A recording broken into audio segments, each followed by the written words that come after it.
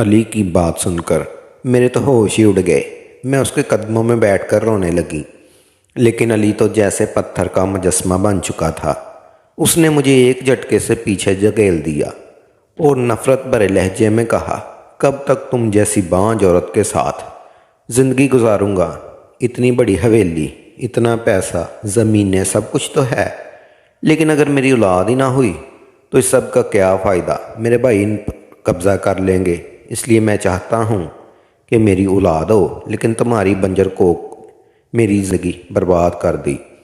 میں ہر حال میں دوسری شادی کر کے رہوں گا۔ یہ کہہ کر علی کمرے سے جانے لگا۔ میں دوڑ کر اس کے قدموں میں گر پڑی اور التجا کرنے لگی، خدا کے لیے مجھ پر ایسا ظلم نہ کرو۔ تمہارے لیے میں نے اپنا سب کچھ چھوڑ دیا، اپنے والدین کا گھر، اپنی عزت، سب کچھ تمہارے لیے قربان کیا، اور آج تم مجھے چھوڑنے کی بات کر رہے ہو؟ علی نے نفرت بھری نظر سے میری طرف دیکھا اور کہا، کاش مجھے پہلے ہی معلوم ہوتا کہ تم بانجھ ہو تو کبھی تم سے شادی نہ کرتا۔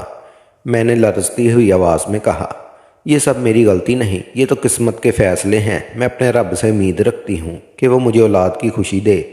علی نے تلخ لہجے میں کہا، ٹھیک ہے، اگر 4 مہینے کے اندر تم حاملہ ہو گئی تو میں دوسری شادی کے بارے میں سوچوں گا بھی نہیں، لیکن اگر ایسا نہ ہوا تو میں تمہیں طلاق دے کر دوسری شادی کر لوں گا۔ یہ کہہ کر وہ غصے سے کمرے سے نکل گیا اور میں سینہ پیٹتی، آنسو بہاتی رہ گئی۔ مجھے کبھی خواب میں بھی خیال نہ آیا تھا کہ میرا شوہر جو کبھی مجھ سے بے پناہ محبت کرتا تھا، آج دوسری شادی کی دھمکی دے دے گا۔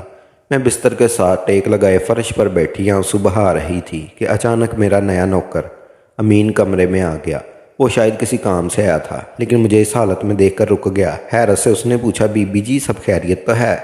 اس کی بات سن کر میں نے غصے اور نفرت سے کہا، دفع ہو جاؤ، اپنے کام سے کام رکھو، ملازم ہو ملازم بن کر رہو۔ میری بات سن کر وہ خاموش ہو گیا اور ایک فائل اٹھا کر باہر چلا گیا۔ شاید علی نے یہ فائل منگوائی تھی۔ اس کے جانے کے بعد میں دوبارہ پھوٹ پھوٹ کر رونے لگی۔ وہ تو بے قصور تھا، لیکن میں نے اپنی محرومی کا غصہ اس پر نکال دیا۔ نہ جانے میں کب تک روتی رہی اور پھر وہی فرش پر لیٹ کر سو گئی۔ کئی گھنٹوں بعد جب میری آنکھ کھلی تو میں نے امین کو اپنے قریب بیٹھا دیکھا، جو شاید میری حالت کا جائزہ لے رہا تھا۔ جیسے ہی میں نے آنکھ کھولی وہ فوراً پیچھے ہٹ گیا اور گھبرا کر اٹھ بیٹھی۔ غصے سے میں نے پوچھا، یہ کیا حرکت ہے؟ تم یہاں میرے کمرے میں کیا کر رہے ہو اور میرے اتنے قریب کیوں آئے تھے؟ امین شرمندگی سے جھک کر بولا، بی بی جی معاف کر دیں، مجھے لگا شاید آپ بے ہوش ہو گئی ہیں، آپ کی حالت ٹھیک نہیں لگ رہی تھی، اس لیے آپ کو دیکھنے کے لیے قریب آیا تھا۔ میں نے غصے میں کہا، آئندہ ایسی حرکت نہ کرنا، ورنہ مجھ سے پہلے علی تمہاری جان لے لے گا۔ وہ میرے معاملے میں بہت حساس تھا اور یہ کبھی برداشت نہیں کرے گا کہ کوئی مرد میرے قریب آئے۔ میں مر بھی جاؤں تو بھی میرے پاس نہ آنا۔ وہ میری بات سن کر امین 2 قدم پیچھے ہٹ گیا اور بولا، بی بی جی میں تو آپ سے صرف کھانے کے بارے میں پوچھنے آیا تھا۔ میں نے جھنجھلا کر کہا، مجھے بھوک نہیں ہے، جاؤ اور جا کر اپنا کام کرو۔ امین چپ چاپ الٹے قدموں کمرے سے باہر نکل گیا اور میں نے اٹھ کر واش روم کا رخ کیا۔ منہ دھونے کے بعد میں واپس آئی اور خود کو سنبھالنے کی کوشش کی۔ بہت دیر سوچنے کے بعد میں نے فیصلہ کیا کہ علی کو اپنی جانب واپس لانے کے لیے ہر ممکن کوشش کروں گی۔ میں نے اپنی سب سے خوبصورت پوشاک نکالی، میچنگ جیولری پہنی اور تیار ہو کر علی کا انتظار کرنے لگی۔ رات کے 11 بج گئے لیکن علی نہ آیا۔ میں صبح سے بھوکی تھی، جس کی وجہ سے میری حالت خراب ہونے لگی۔ مجبوراً میں باورچی خانے تک گئی جہاں امین پہلے سے موجود تھا۔ وہ مجھے دیکھ کر مسکرایا اور بولا، بی بی جی کھانا لگا دوں؟ میں نے حیرانی سے پوچھا، تم ابھی تک سرونٹ کو کوارٹر کیوں نہیں گئے؟ رات کو 11 بج رہے ہیں اور تمہاری ڈیوٹی 10 بجے ختم ہو جاتی ہے۔ وہ مؤدبانہ انداز میں بولا، بی بی جی مجھے معلوم تھا کہ آپ نے آج کچھ نہیں کھایا، اس لیے میں انتظار کر رہا تھا کہ جب آپ کو بھوک لگے تو کھانا دے دوں گا۔ اس کی بات سن کر میں حیران رہ گئی کہ وہ میری اتنی پرواہ کر رہا تھا، جبکہ ملازمین وقت پر اپنے کام نپٹا کر جا چکے تھے۔ امین کا کام برتن دھونا تھا، لیکن وہ میری فکر میں رکا ہوا تھا۔ میں نے دھیرے سے کہا، ٹھیک ہے، کھانا لگا دو۔ امین نے جلدی سے کھانا گرم کیا اور ڈائننگ ٹیبل پر لگا دیا۔ میں نے اسے کہا کہ وہ جا سکتا ہے، لیکن اس نے انکار کر دیا اور ایک طرف کھڑا رہا۔ میں بہت آہستہ آہستہ کھانے لگی۔ میرا دھیان بار بار گھڑی کی سوئیوں پر جا رہا تھا۔ مجھے علی کی غیر موجودگی کھٹک رہی تھی اور آخر کار میں نے اسے فون کر دیا۔ کافی دیر بیل بجنے کے بعد فون کسی عورت نے اٹھایا۔ میں نے حیرت سے پوچھا آپ کون اور علی کہاں ہے؟ وہ مسکراتے ہوئے بولی سر واش روم میں گئے ہوئے ہیں، میں ان کی سیکرٹری بات کر رہی ہوں۔ میں نے مزید پوچھا علی اب کب تک گھر آئیں گے اور آپ لوگ کہاں ہیں؟ پہلے وہ خاموش رہی، پھر کہنے لگی میں علی صاحب کے کسی دوست کے ہاں ایک محفل میں تھی، وہ مجھے ساتھ لے کر یہاں آ گئے، یہاں سے وہ مجھے گھر چھوڑنے کے بعد آئیں گے، لیکن ابھی تک بہت وقت لگے گا، آپ آرام سے سو جائیں۔ سیکرٹری کی باتوں نے میرے تن بدن میں آگ لگا دی۔ علی میری فکر چھوڑ کر اپنی سیکرٹری کے ساتھ محفل میں تھا، کہیں وہ اسی کے ساتھ تو دوسری شادی کرنے کا ارادہ نہیں کر رہا تھا۔ یہ سوچ آتے ہی میں پھوٹ پھوٹ کر رونے لگی۔ امین جو قریب ہی کھڑا تھا فوراً میرے پاس آیا اور گھبرا کر بولا بی بی جی کیا ہوا؟ آپ دوپہر میں بھی ایسے ہی رو رہی تھی، ہمارے صاحب تو ٹھیک ہے نا؟ امین کی بات کا میں نے کوئی جواب نہ دیا تو وہ خود ہی کہنے لگا بی بی جی چھوٹے موٹے جھگڑے تو ہر گھر میں ہوتے ہیں، اس میں اتنا پریشان ہونے کی کیا بات ہے، سب کچھ خود ہی ٹھیک ہو جائے گا۔ میں نے روتے روتے انکار میں سر ہلایا اور کہا مجھے نہیں لگتا کہ کچھ ٹھیک ہوگا، کیونکہ تمہارے صاحب تو میرے سر پر سوتن لانے کا فیصلہ کر چکے ہیں۔ میرا دل اتنا بوجھل ہے اور پریشان ہے کہ میں نے امین کے سامنے وہ بات کہہ دی جو شاید کبھی سوچ بھی نہیں سکتی تھی۔ میں نے روتے ہوئے بتایا میں ماں نہیں بن سکتی اور اسی وجہ سے میرا شوہر دوسری شادی کرنا چاہتا ہے۔ یہ سنتے ہی امین حیران ہو گیا۔ وہ جلدی سے بھاگ کر میرے لیے پانی لایا اور کہنے لگا مارٹن پریشان نہ ہو، ہر پریشانی کا کوئی نہ کوئی حل نکل آتا ہے۔ میں نے روتے ہوئے انکار میں سر ہلایا، کرسی سے ٹیک لگائی۔ میں نے کہا امین پتہ ہے میں نے شہر کے ہر بڑے ہسپتال میں چیک اپ کروایا، ہر ڈاکٹر کو دکھایا، لیکن کوئی مسئلہ ہی نہیں، کوئی علاج ہی نہیں دیتے، بس کہتے ہیں کہ جب خدا کی مرضی ہوگی تب اولاد ہو جائے گی، لیکن یہ بات علی کو کون سمجھائے، اسے تو بس اولاد کی خواہش مار رہی ہے اور اسی وجہ سے وہ مجھے چھوڑ کر دوسری شادی کرنے کو تیار ہو گیا۔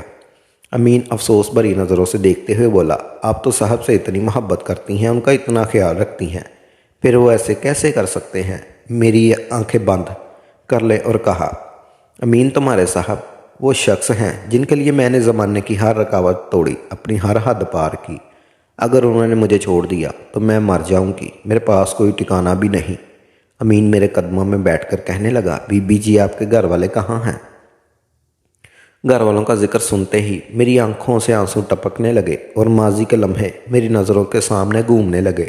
میں اپنے والدین کی اکلوتی بیٹی تھی، میرے والدین مجھ سے بے حد محبت کرتے تھے، میری خاطر انہوں نے اپنی ہر خواہش قربان کر دی۔ انہوں نے مجھے شہر کے سب سے بڑے اسکول میں داخلہ دلایا، میرے منہ سے نکلی ہر فرمائش کو میرے بابا چٹکی بجا کر پورا کر دیتے تھے۔ انہوں نے کبھی نہیں کہا کہ ہم مڈل کلاس لوگ ہیں، تمہاری بڑی بڑی فرمائشیں کیسے پوری کریں، بس میرے منہ سے لفظ نکلتا اور وہ اسے حرف آخر مان لیتے۔ ایسے ہی میں جوان ہوئی اور شہر کے بڑے کالج میں داخلہ لیا، وہیں میری ملاقات علی سے ہوئی۔ علی کالج میں پڑھتا تھا، بلکہ باہر آ کر کھڑا ہوتا تھا کیونکہ اس کے کچھ دوست وہاں پڑھتے تھے۔ علی نے مجھے پہلی بار کالج کے باہر ہی دیکھا تھا اور وہیں سے میرا پیچھا شروع کر دیا۔ اس کی بڑی سی گاڑی، خوبصورت لباس اور سیاہ آنکھیں نے مجھے دیوانہ بنا دیا۔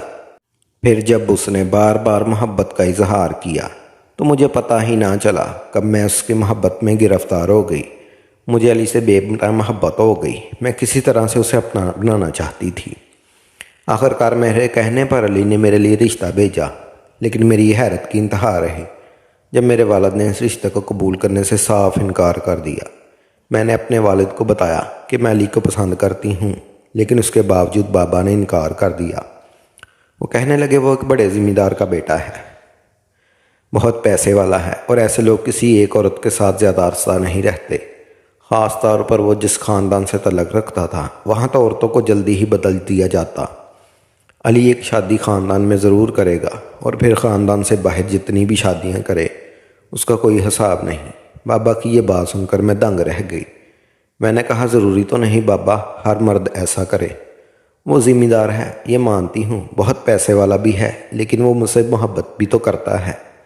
میری بات سن کر بابا مسکرائے اور کہنے لگے تم ان لوگوں کو نہیں جانتی، ان کے خاندانوں میں اپنے بچوں کی ایک شادی خاندان میں کروانا روایت ہے، چاہے تمہیں پتہ چلے یا نہ چلے، لیکن ایسا ضرور ہوگا اور اس دن تم بہت پچھتاؤ گی۔ بابا نے صاف انکار کر دیا کہ وہ میری شادی علی سے نہیں کروائیں گے۔ جب یہ بات علی کو معلوم ہوئی تو اس نے خوب ہنگامہ کیا اور کہا، میں تو تم سے ہی شادی کروں گا، خاندان میں میری کسی سے شادی نہیں ہوئی اور نہ ہی ہوگی، میری بیوی صرف تم بنو گی۔ علی نے اس عزم نے مجھے مجبور کر دیا کہ میں اپنی ضد پر قائم رہوں۔ آخر کار میں نے فیصلہ کر لیا کہ شادی کر کے اپنے والد کو بتاؤں گی۔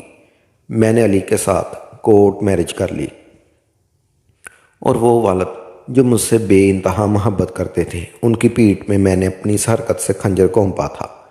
شادی کے بعد جب میں والد کے پاس گئی تو انہوں نے مجھے قبول کرنے سے صاف انکار کر دیا۔ میری غیر موجودگی کے ان 4 دنوں میں میرے والدین کو بدنامی ہو چکی تھی، اور میرے والد کو اپنی عزت بچانے کے لیے مجھے دھکے دے کر گھر سے نکالنا پڑا۔ علی نے مجھے بے حد محبت دی اور میرا بہت خیال رکھتا تھا، اور ہماری شادی مکمل خوشی کے ساتھ گزر رہی تھی۔ اگرچہ میں اپنے والدین کو یاد کر کے روتی تھی، لیکن علی مجھے بہلانے میں کامیاب رہتا۔ مجھے لگتا تھا میری زندگی ٹھیک ہو گئی ہے، لیکن علی نے اچانک اولاد کا مطالبہ شروع کر دیا۔ پہلے تو اس کی باتیں عام سی لگتی تھی، لیکن جب سال گزر گیا اور اولاد نہ ہوئی تو وہ مجھ پر دوسری شادی کے لیے دباؤ ڈالنے لگا۔ اب تو اسے صاف کہہ دیا تھا، اگر 3 مہینے میں اسے اولاد نہ دے سکی تو وہ مجھے طلاق دے دے گا اور دوسری شادی کر لے گا۔ اس کی یہ بات سن کر میرا دل ٹوٹ گیا۔ میں مرنے کو تیار تھی، لیکن یہ سب سہنے کو نہیں۔ امین کے سامنے اپنا دکھ بیان کرتے ہوئے میرے آنسو بہتے جا رہے تھے۔ وہ خاموشی سے سب سن رہا تھا۔ میری بات مکمل ہونے پر آہستگی سے بولا، بی بی جی، اس مسئلے کا حل میرے پاس ہے، اگر آپ چاہیں تو میں آپ کو اولاد دے سکتا ہوں۔ یہ سن کر میں چونک اٹھی۔ میں نے بے اختیار کہا، بتاؤ امین، کیا حل ہے؟ میں کچھ بھی کرنے کو تیار ہوں۔ میں نے ڈاکٹروں سے علاج کروایا، دم درود کروایا، لیکن کہیں سے بھی کوئی خوشی نہ ملی۔ امین کہنے لگا، بی بی جی، یہ آپ مجھ پر چھوڑ دیں، کل تک آپ کا مسئلہ حل ہو جائے گا۔ اس سے پہلے میں کچھ اور سوال کرتی۔ علی کی گاڑی کا ہارن سنائی دیا، وہ واپس آ چکا تھا۔ امین فوراً برتن اٹھا کر باورچی خانے چلا گیا اور اپنے کمرے میں آ کے سو گئی۔ تھوڑی دیر بعد علی کمرے میں آیا۔ وہ بہت تھکا ہوا لگ رہا تھا۔ اس نے اپنا کوٹ بستر پر پھینکا اور جوتے اتارتے ہوئے کچھ کنگنانے لگا۔ اس کے انداز بتا رہے تھے وہ خوش ہے۔ میں فوراً اس کے پاس گئی اور پوچھا، آپ کہاں تھے؟ میں نے آپ کو فون کیا تھا، لیکن آپ کی سیکرٹری نے فون اٹھایا۔ علی نے مجھے گور کر دیکھا اور غصے سے کہا، میری جاسوسی بند کرو، اگر کچھ کرنا چاہتی ہو تو مجھے اولاد کی خوشی دو۔ یہ کہہ کر اس نے اپنا جوتا ہوا میں اچھالا اور دور جا گرایا اور خود واش روم میں چلا گیا۔ اس کے یہ الفاظ میرے دل پر ایک گونسا بن کر لگے۔ اب میرے ہر سوال کا جواب علی کی طرف سے ایک ہی ہوتا تھا، مجھے اولاد چاہیے۔ اگلے دن ہی علی صبح دیر تک سوتا رہا۔ میں ساری رات تڑپتی رہی، کبھی ایک کروٹ تو کبھی دوسری طرف کروٹ۔ دل و دماغ میں یہی چل رہا تھا کہ آگے اب کیا ہوگا۔ کیا علی اپنی سیکرٹری سے شادی کر لے گا یا کسی اور کو میرے سر پر سوتن بنا کر لے آئے گا؟ اور اگر ساتھ ہی وہ مجھے طلاق دے دیتا تو میں کہاں جاتی؟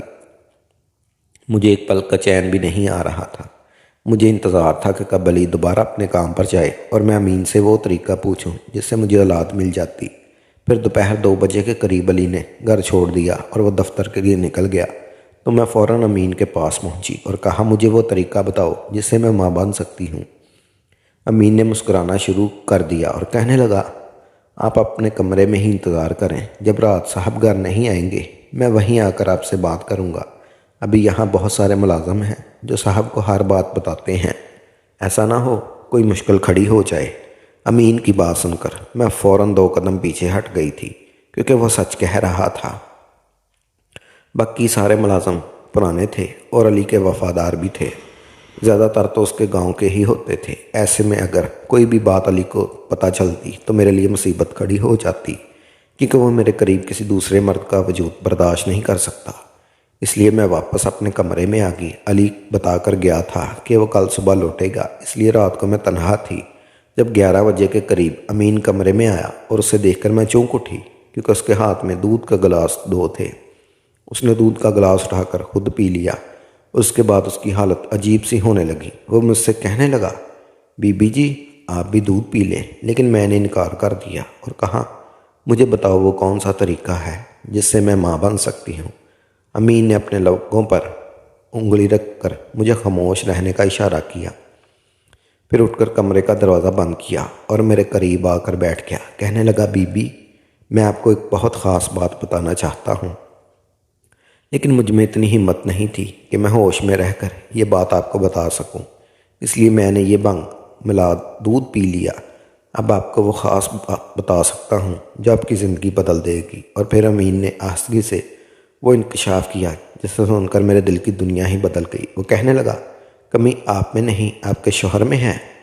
آپ کے شوہر کے ایک گاؤں سے ہی تعلق رکھا ہوں، لیکن میں آپ کے شوہر کا نہیں بلکہ ان کے بڑے بھائی کا خاص ملازم ہوں، اور ان کے بڑے بھائی نے مجھے یہاں بھیجا تھا تاکہ میں آپ دونوں کے درمیان جھگڑا کروا سکوں۔ دراصل جب آپ کے شوہر نے آپ سے اپنی پسند کی شادی کی تو گاؤں میں خوب بدنامی ہوئی۔ پھر آپ کے شوہر نے گاؤں میں بھی کسی اور لڑکی سے، یعنی خاندان کی کسی لڑکی سے شادی کرنے سے انکار کر دیا تھا، جس کی وجہ سے آپ کے شوہر یعنی علی کے بڑے بھائیوں نے ان سے اپنا تعلق ختم کر لیا۔ لیکن اندر ہی اندر وہ چاہتے تھے کہ علی دوبارہ ان کے ساتھ جڑ جائے، کیونکہ ذمہ داری کا معاملہ تھا، زمینیں سارے بھائیوں کی سانجھی تھی، اس لیے وہ آپس میں کوئی لڑائی جھگڑا نہیں چاہتے تھے۔ کافی عرصے تک وہ علی صاحب کو اس بات کے لیے راضی کرتے رہے کہ وہ کسی طرح آپ کو چھوڑ دے، لیکن جب علی صاحب نہ مانے تو انہوں نے مجھے یہاں بھیجا تاکہ میں آپ دونوں کے درمیان غلط فہمیاں پیدا کر دوں۔ میں جوان تھا، خوبصورت تھا، اس لیے میرے مالک نے کہا تھا، اگر تم جا کر علی کی بیوی کو قابو میں کر لو تو وہ خود ہی اپنی بیوی کو طلاق دے دے گا، کیونکہ وہ ایک غیرت مند مرد ہے۔ میں اسی ارادے سے اس گھر میں آیا تھا، لیکن یہاں آ کر جب میں نے آپ کو روتے ہوئے دیکھا، آپ کے اور صاحب کے درمیان کشمکش دیکھی، تو میں خود پریشان ہو گیا کہ آپ دونوں کے درمیان تو وہ محبت تھی ہی نہیں جس کے قصے میں نے گاؤں میں سنے تھے۔ پر کل جب آپ نے مجھے ساری بات بتائی تو مجھے بہت افسوس ہوا۔ یہ سوچ کر میرا دل کانپ اٹھا کہ میں دو میاں بیوی کے درمیان طلاق کروانے کی وجہ بننے جا رہا تھا۔ ایسی لڑکی جو پہلے ہی خود پر اپنے گھر کے دروازے بند کر چکی ہے، اگر میں اس کے لیے اس کے شوہر کے گھر کے دروازے بھی بند کروا دیتا تو اس کے ساتھ پھر کیا ہوتا؟ اس سوچ نے مجھے پریشان کر دیا تھا۔ اور میں نے بھی جب آپ سے کہا کہ میں آپ کے اولاد کی خوشی دے سکتا ہوں، دراصل آپ کو اولاد نہ ہونے کی وجہ وہ دوا ہے جو میں پچھلے کچھ عرصے سے علی صاحب کو دے رہا ہوں۔ ہو سکے تو مجھے معاف کر دے۔ مجھے ایسا کرنے کے لیے میرے مالک نے مجبور کیا تھا۔ پھر اس نے بتایا کہ وہ علی کو دودھ میں کوئی دوا ملا کر دے رہا تھا، جس کی وجہ سے وہ فی الحال باپ نہیں بن پا رہا تھا۔ وہ معافی مانگتے ہوئے کہنے لگا، اب میں صاحب کو وہ دعا نہیں دوں گا۔ میرے دل پر ایک بوجھ تھا، اس لیے میں نے اپنا یہ گناہ آپ کے سامنے قبول کر لیا۔